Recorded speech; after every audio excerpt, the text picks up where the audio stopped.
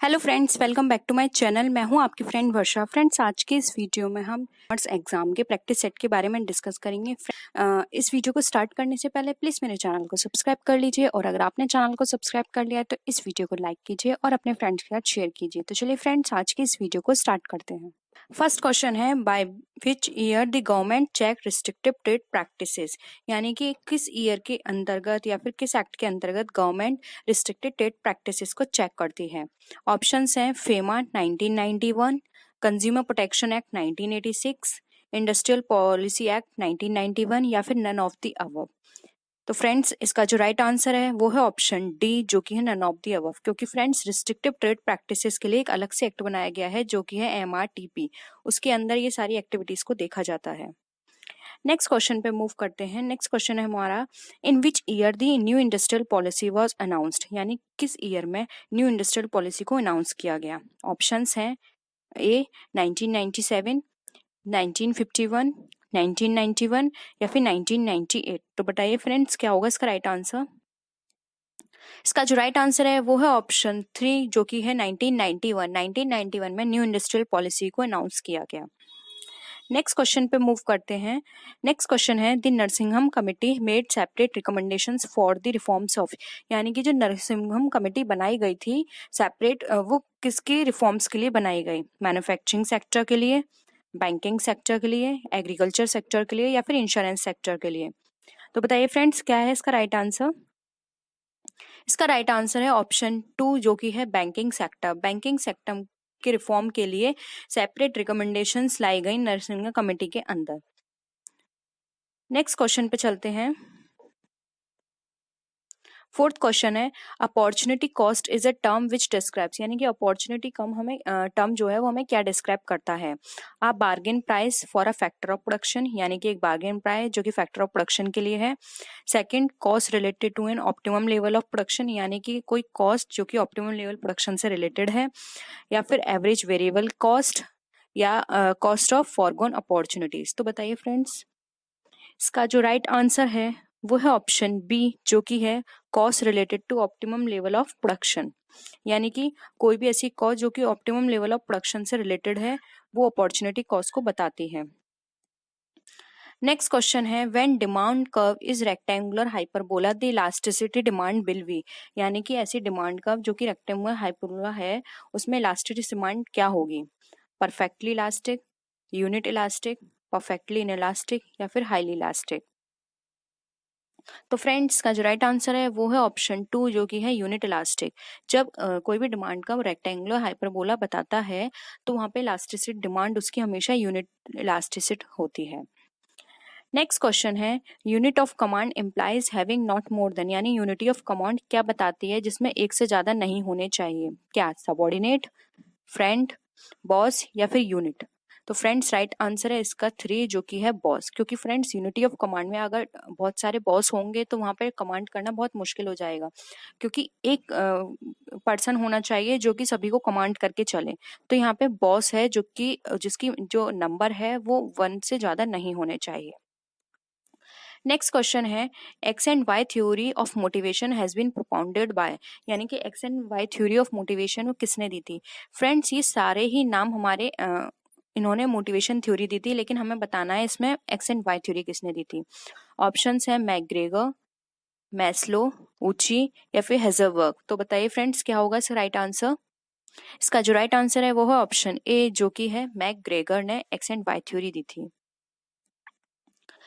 Next question है, coordination has the following feature, यानी coordination के अंदर कौन कौन से फीचर होते हैं। Continuous, vertical organisation, horizontal relationship या फिर ऑल ऑफ द अबव। तो बताइए फ्रेंड्स, इसका जो राइट आंसर है वो है ऑप्शन डी, जो कि है all of the above. Coordination के अंदर कॉन्टिन्यूअस भी होना चाहिए, वर्टिकल ऑर्गेनाइजेशन भी होना चाहिए और हॉरिजॉन्टल रिलेशनशिप भी उसके अंदर होनी चाहिए, तभी अच्छे से कोऑर्डिनेशन आपस में हो पाएगा। नेक्स्ट है, which one of the following is not a barrier in communication, यानी कम्युनिकेशन के अंदर कौन सा बैरियर नहीं है। Noise, affection, fear and distrust या परसेप्शन। तो फ्रेंड्स, यहाँ पे ये 2 गलत लिख गया है। फ्रेंड्स, नॉइस से कम्युनिकेशन में बैरियर आएगा, अफेक्शन से भी आएगा, फियर एंड डिस्ट्रस्ट से भी आएगा, लेकिन फ्रेंड्स यहाँ पे एक परसेप्शन ऐसा है जिससे हमारे कम्युनिकेशन पे कोई भी बैरियर नहीं आएगा, तो इसका राइट आंसर है परसेप्शन। नेक्स्ट है a company can reissue it's forfeit share, यानी कि एक कंपनी अपने फॉरफिटेड शेयर को रीइश्यू कर सकती है at premium, at face value, at discount या फिर ऑल ऑफ द अबव। तो फ्रेंड्स का राइट आंसर है 4 जो कि है ऑल ऑफ द अबव। एक कंपनी प्रीमियम पर भी इश्यू कर सकती है, फेस वैल्यू पर भी इश्यू कर सकती है और डिस्काउंट पर भी इश्यू कर सकती है। नेक्स्ट क्वेश्चन है which of the following is an example of capital expenditure, यानी कैपिटल एक्सपेंडिचर का क्या एग्जाम्पल है। फर्स्ट है इंश्योरेंस प्रीमियम, सेकंड है taxes and legal expenses, third है डेप्रिशिएशन या फिर फोर्थ है custom duty on import of machinery. तो बताइए फ्रेंड्स क्या होगा इसका राइट आंसर। इसका जो राइट आंसर है वो है ऑप्शन 4 जो कि है custom duty on import of machinery, क्योंकि फ्रेंड्स मशीनरी क्या है लॉन्ग टर्म तक काम आएगी और जब भी कस्टम ड्यूटी इम्पोर्ट के टाइम पर मशीनरी के लिए दी जाएगी तो वो जो कस्टम ड्यूटी दी जाएगी वो मशीनरी के अमाउंट में ही इंक्लूड कर ली जाएगी। इसलिए यहाँ पर ये जो एक्सपेंडिचर हो रहा है ये कैपिटल एक्सपेंडिचर की तरह कंसिडर किया जाएगा। नेक्स्ट क्वेश्चन है a cooperative auditor start hits work of audit from, यानी कि कोऑपरेटिव ऑडिटर जो है वो अपना काम कहाँ से स्टार्ट करता है, अकाउंट बुक से, पेमेंट बुक से, कैश बुक से या फिर नन ऑफ द अबव। तो फ्रेंड्स का जो राइट आंसर है वो है ऑप्शन 3 जो कि है कैश बुक। एक ऑडिटर कैश बुक से अपने काम को स्टार्ट करता है, वो वहीं से पता लगाता है कि कितना कैश कहाँ से लिया और कहाँ पे उसको स्पेंड किया गया। ठीक है, नेक्स्ट है अकाउंटिंग स्टैंडर्ड से रिलेटेड है फ्रेंड्स ये क्वेश्चन। इस तरह के क्वेश्चंस बहुत आते हैं, तो प्लीज़ जितने भी अकाउंटिंग स्टैंडर्ड्स हैं इंटरनेशनल और इंडियन वो सारे आप बहुत अच्छे से याद कर लीजिए, क्योंकि यहाँ से क्वेश्चन 1 या 2 हर बार पूछा जाता है। क्वेश्चन है accounting for research and development relates to, यानी कि जो रिसर्च एंड डेवलपमेंट है वो किससे रिलेट करता है, AS 7 से, AS 9 से, AS 9 से या फिर AS 10 से। तो फ्रेंड्स का जो राइट आंसर है वो है ऑप्शन 2 जो कि है AS 8। AS रिलेटेड है accounting for research and development से। नेक्स्ट है when does a body corporate become capable for width of exercising all the functions of a company, यानी कि कोई भी कंपनी अपनी फंक्शनिंग कब से करना स्टार्ट करती है। फर्स्ट है on finalising memorandum of association, second है on obtaining certificates of commencement, third है सर्टिफिकेट ऑफ इनकॉर्पोरेशन या फिर convert its first general meeting, यानी कि उसकी फर्स्ट जनरल मीटिंग कंडक्ट हो जाए तब से। तो फ्रेंड्स राइट आंसर है इसका ऑप्शन सी, कोई भी कंपनी के पास अगर इनकॉर्पोरेशन का सर्टिफिकेट रिसीव हो जाता है तब से वो अपना काम करना स्टार्ट कर देती है। ठीक है फ्रेंड्स, अगर आप इनके बारे में एक डीप वीडियो चाहते हैं जिसमें हम डिटेल में डिस्कशन करें तो आप नीचे कमेंट सेक्शन में बता सकते हैं। नेक्स्ट है जो which one of the following is not is one of the element of the 7S McKinsey model for analyzing and improving organization effectiveness, यानी कि फ्रेंड्स जो मैककिंसनी मॉडल था जिसमें 7S को डिफाइन किया गया था उसमें से कौन सा एलिमेंट नहीं है जो कि हमारे ऑर्गेनाइजेशन की इफेक्टिवनेस को इम्प्रूव और एनालाइज करने में हेल्प नहीं करता। ऑप्शंस हैं स्ट्रेटजी, स्ट्रक्चर, शेयर्ड वैल्यू या फिर स्टैंडर्ड। तो बताइए फ्रेंड्स अगर आपको कोई आइडिया हो तो। इसका जो राइट आंसर है वो है ऑप्शन डी जो कि है स्टैंडर्ड। स्टैंडर्ड को 7S के अंदर डिफाइन नहीं किया गया है। Environmental degradation does not consist of, यानी कि एनवायरमेंटल डिग्रेडेशन में क्या क्या कंसिस्ट नहीं होता है। फर्स्ट है land degradation and soil erosion, second है problem of overgrazing and ecological degradation, third flood या फिर फोर्थ ऑप्शन है नन ऑफ दी अबव। तो बताइए फ्रेंड्स एनवायरमेंटल डिग्रेडेशन की जो प्रॉब्लम होती है उसमें क्या चीज नहीं होती है। तो फ्रेंड्स ऑप्शन ए जो है वो भी करेक्ट है, बी भी करेक्ट है, सी भी करेक्ट है, तो इसका जो राइट आंसर होगा वो है option D none of the above. Next question पे मूव करते हैं। Which of the following is not the main objective of fiscal policy of India, यानी कि जो फिजिकल पॉलिसी है इंडिया की उसका मेन ऑब्जेक्टिव क्या नहीं है। फर्स्ट है to increase liquidity in the economy, second to promote price stability, third है to minimise the inequality in income and wealth and fourth है टू प्रमोट एम्प्लॉयमेंट अपॉर्चुनिटी। तो बताइए फ्रेंड्स क्या होगा इसका राइट आंसर। फ्रेंड्स इसका जो राइट आंसर है वो है ऑप्शन ए। फ्रेंड्स जो फिजिकल पॉलिसी की जो ऑब्जेक्टिव होता है उसका ऑब्जेक्टिव किसी भी इकोनॉमी की लिक्विडिटी को इंक्रीज करना नहीं होता। नेक्स्ट क्वेश्चन पे मूव करते हैं। लिबरलाइजेशन मीन्स, यानी कि लिबरलाइजेशन का क्या मतलब है। फर्स्ट है reducing number of reserve industries from 7 to 8। Second option है liberating the industry, trade and economics from unwanted restrictions. Third option है opening up economy to the world by attaining international competitiveness. And last है हमारा free determination of interest rate. तो friends का जो right answer है वो है option C. Liberalisation के अंदर होता है कि इकोनॉमी को ओपन अप कर दिया जाता है जिससे कि जो इंटरनेशनल कॉम्पिटिटिवनेस है वो हो जाए और साथ ही साथ जो हर कंट्री किसी भी कंट्री से आगे अपना ट्रेड कर पाए। तो लिबरलाइजेशन का मतलब यहाँ यही है कि इकोनॉमी को ओपन अप कर दिया जाता है, यानी जो भी रिस्ट्रिक्शंस लगे होते हैं वो सब हटा दिए गए थे इसमें। नेक्स्ट है globalisation is the term use to describe process of removal of restrictions on which of the following. यानी कि ग्लोबलाइजेशन जो टर्म यूज किया गया है उससे कौन सी चीज को रिस्ट्रिक्शंस को हटा दिया गया है। फर्स्ट है foreign trade, second investment, third है both A and B, and fifth है ऑल ऑफ द अबव। तो बताइए फ्रेंड्स क्या होगा राइट आंसर। तो फ्रेंड्स राइट आंसर है सी जो कि है A and B. Next question है interest on loan taking for the purpose of fix assets, यानी कि जो फिक्स असेट्स के ऊपर जो लोन के इंटरेस्ट होती है वो किस तरह का एक्सपेंडिचर को कंसिडर किया जाता है उसको। फर्स्ट है रेवेन्यू एक्सपेंडिचर की तरह कंसिडर किया जाता है, capital expenditure, deferred revenue expenditure या फिर कैपिटल लॉस। तो बताइए फ्रेंड्स क्या है इसका राइट आंसर। तो फ्रेंड्स इसका जो राइट आंसर है वो है ऑप्शन बी जो कि है कैपिटल एक्सपेंडिचर, क्योंकि फ्रेंड्स फिक्स असेट जो होता है वो हमारा कैपिटल नेचर का होता है क्योंकि ये लॉन्ग टर्म तक हमें बेनिफिट करता है। तो उसके ऊपर अगर कोई भी लोन लिया गया है और उस पर कोई इंटरेस्ट है तो वो हमारा कैपिटल एक्सपेंडिचर की तरह ही कंसिडर किया जाएगा। नेक्स्ट क्वेश्चन पे मूव करते हैं। नेक्स्ट क्वेश्चन है dual aspect concept result in the following accounting equation, यानी कि जो डुअल एस्पेक्ट है कॉन्सेप्ट, डुअल एस्पेक्ट का फ्रेंड्स मतलब यहाँ पर ये है कि एवरी डेबिट हैज क्रेडिट, यानी कि हर डेबिट का एक क्रेडिट साइड होगी। ऐसा नहीं है कि सिर्फ डेबिट साइड हो किसी भी ट्रांजेक्शन की या फिर सिर्फ क्रेडिट साइड हो। कोई भी ट्रांजेक्शन होगा उसकी डेबिट साइड भी होगी और क्रेडिट साइड भी होगी।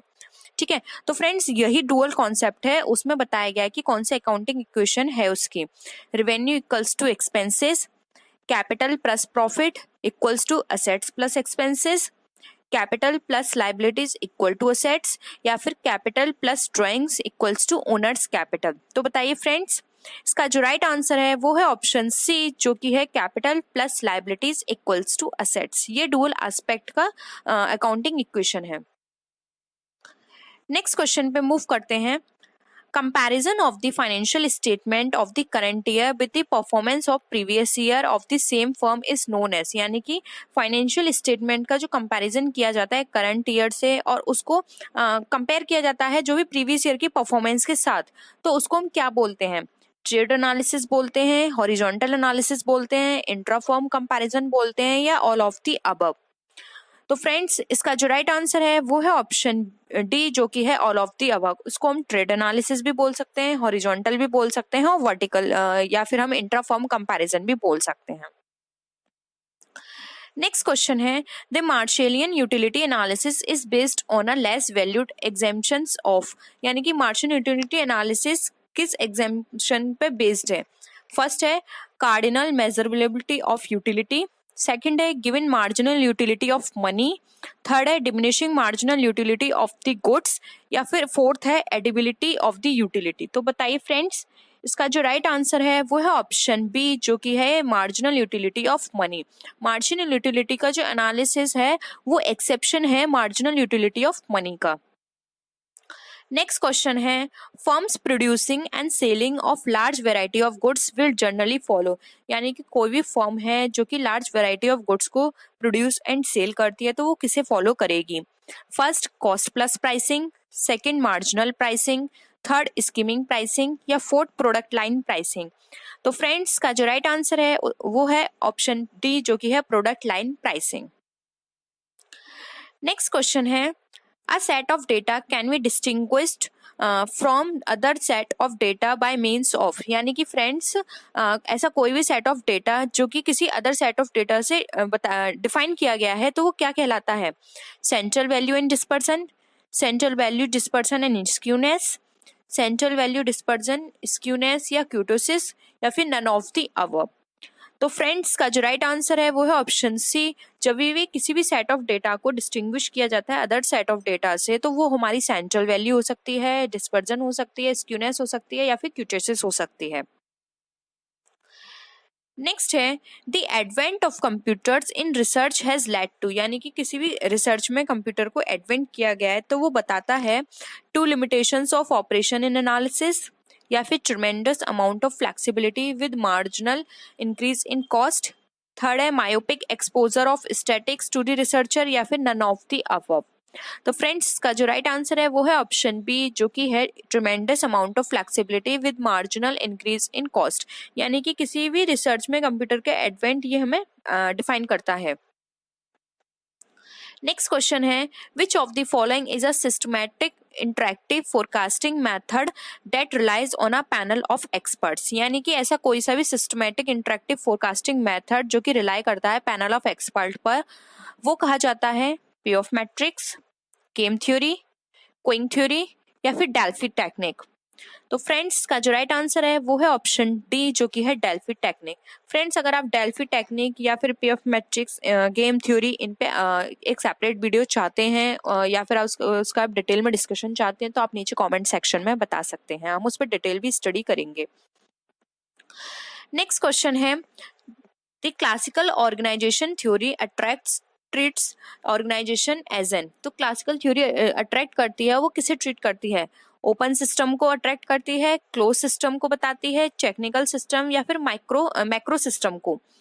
तो फ्रेंड्स इसका राइट आंसर है बी, ये हमेशा क्लोज सिस्टम की तरफ अट्रैक्ट होती है और ये क्लोज सिस्टम को ही बताती है।